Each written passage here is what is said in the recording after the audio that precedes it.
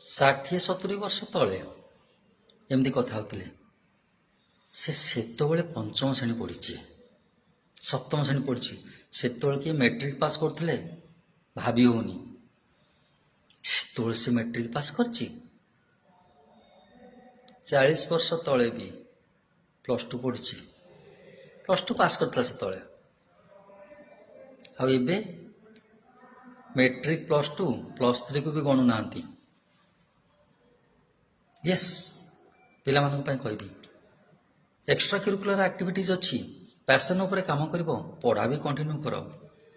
Graduation ନାହିଁ ମାନେ ଭାବୁଛନ୍ତି ଯେମିତି ଅନପଢ଼, ଏମିତି ଦେଖିଲାଣି। ମାଷ୍ଟର ଡିଗ୍ରୀ କରିଛି, MA କିଛି ନୁହଁ, MBA MTech କରିଛି, ହଁ ଟିକେ କମ୍ ପଢ଼ିଛି, ବେଶୀ ନାହିଁ ଟିକେ କମ୍ ପଢ଼ିଛି, ଏମିତି ହେଲାଣି। ସୋସାଇଟି ପାଇଁ ବି କିଛି ଦରକାର ନା, କିଛି ତ ମଣିଷ ପାଠ ପଢ଼ୁ।